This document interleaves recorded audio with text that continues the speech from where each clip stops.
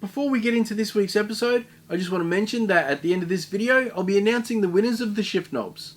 And also, if you're looking for some last minute gift ideas, I have a new range of eggs in my Etsy store. I'll leave a link in the description. Now let's start the build.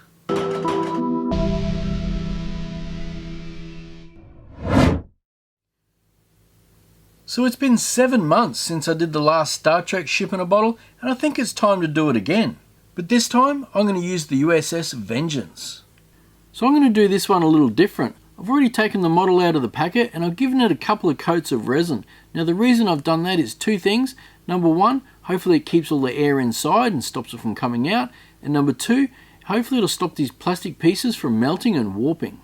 The other thing I've changed is I'm using an acrylic rod for the support rod instead of making my own resin one. I'm going to leave this in the cup for now, but the first thing I need to do is find myself a nice piece of Burl, and then I can shape it up until it fits in the mould.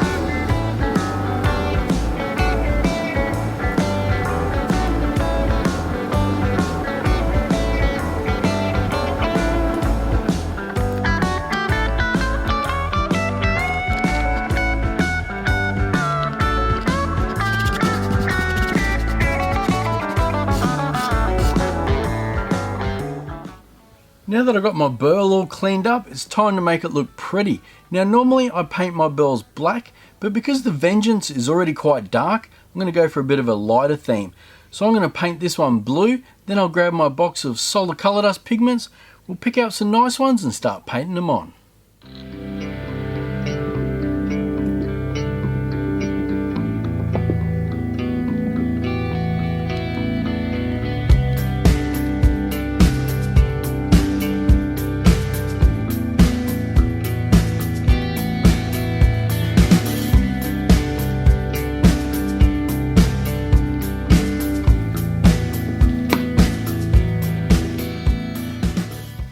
So I found myself a good range of blues and greens. I've even got myself some blue glitter, and it even glows in the dark. While I was digging through the box, I also found these solar drops. These turn from blue to purple when you put them in the sun, but they also work under a UV light. How cool is that? To apply these pigments, I'm just going to mix them with some UV resin and then brush them on.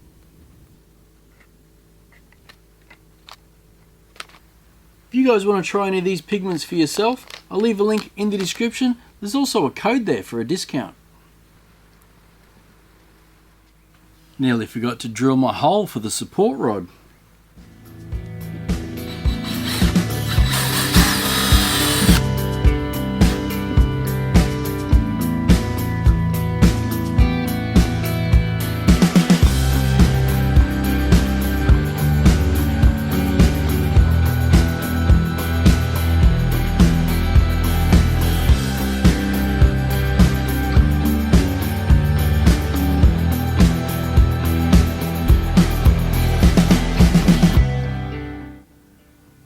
I think that looks pretty good. I know it's not really a spacey type feel, but I do that quite a lot and it is quite dark, and I just wanted to brighten this one up a little bit, so I went with an underwater theme. Maybe we could just pretend that the Vengeance fell out of space and landed in the ocean.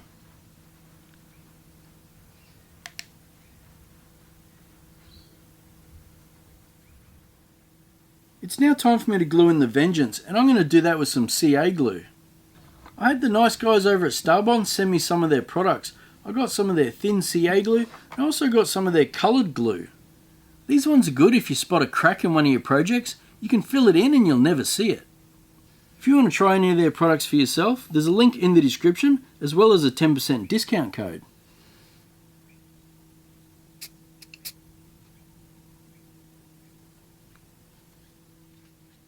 It's now time to get the resin ready. I've got the Vengeance all sitting here ready to go in the mould. I'm going to pour myself some epoxy resin. I'm going to tint it blue so we get an underwater effect. Then I'm going to pop it into the pressure pot, and then we're going to sit down together and we're going to watch it on Potcam.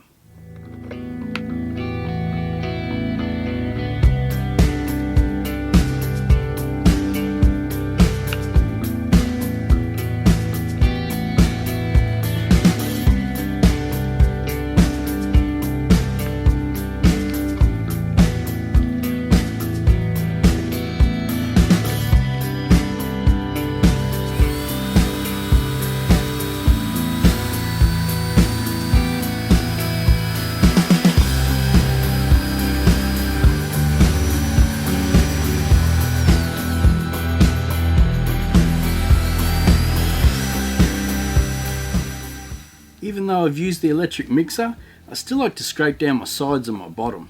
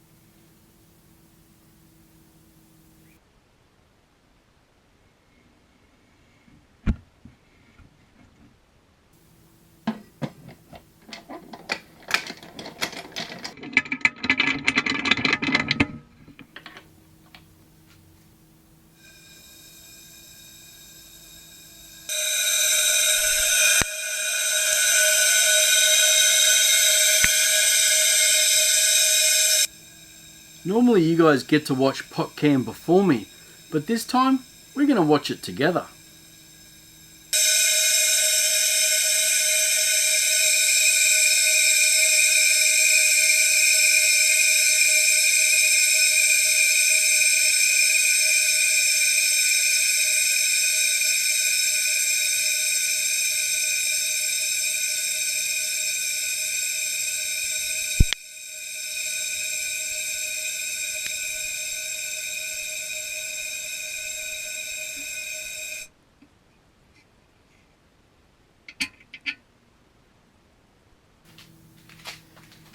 Alright, let's take a look.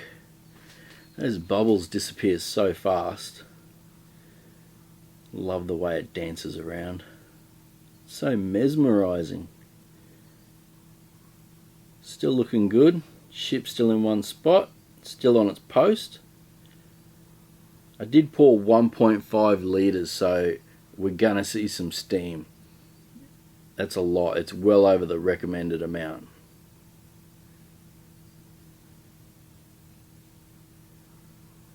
Still looking good. Bit of steam starting. A lot of steam.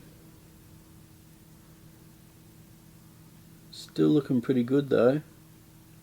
Looks like the top's set. Just a little bit down the bottom.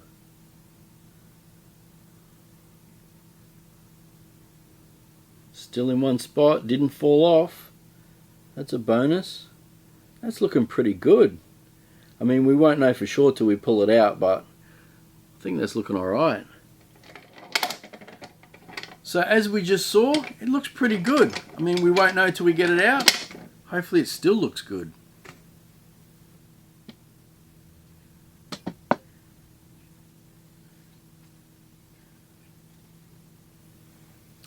Well, it's not 100%, but we've definitely got something we can work with. Man, this thing is so heavy. I think I'm going to weigh it. Alright, let's see what it weighs. Wow, nearly 2,000 grams. 2 kilos. I knew it was heavy. Guess who forgot to spray mold release? Let's hope it comes out. Oh, how easy was that? And with no mold release. It looks pretty cool. I mean, it's not 100% perfect, but we're definitely going to get a nice bottle. I'm a bit surprised as to what's happened and where it's happened, but I think we're going to be okay. The shape of the bottle I'm going to go for is like an old school brown bottle. You know, the ones that have a real fat bottom and a skinny top. I think that's going to suit it really nice. So the next thing I need to do is slap a waste block on the bottom, and we'll put it on the lathe, start turning. I'm not going to show you guys just yet because I really want you to see it when it's finished. So after that, we'll do some sanding and polishing, and then you guys can check it out.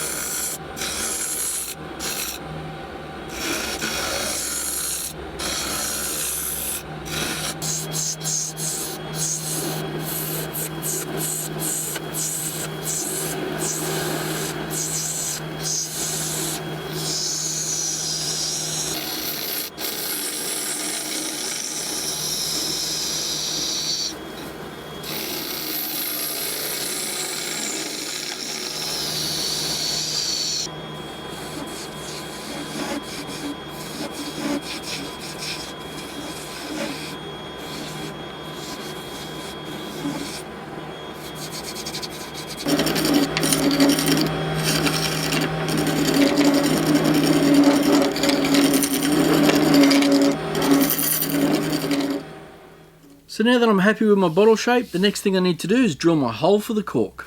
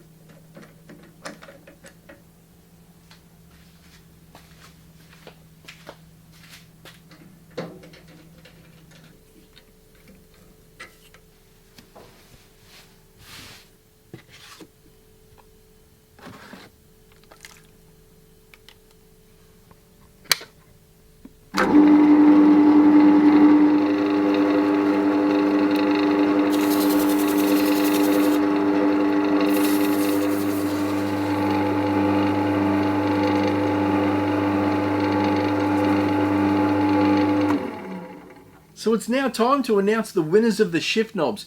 Now we had over 1,600 entries, so it was so hard to choose just 3 people. So I asked Nicole to help and she randomly chose 3 comments. So congratulations David, you're the winner of the green knob. Also Bill, you're the winner of the orange one, and Mary, you've won the purple. Congratulations guys, I'll be in touch, we'll get some details. Also don't forget, if you're chasing those last minute gift ideas, check out my Etsy store. Now let's check out the bottle.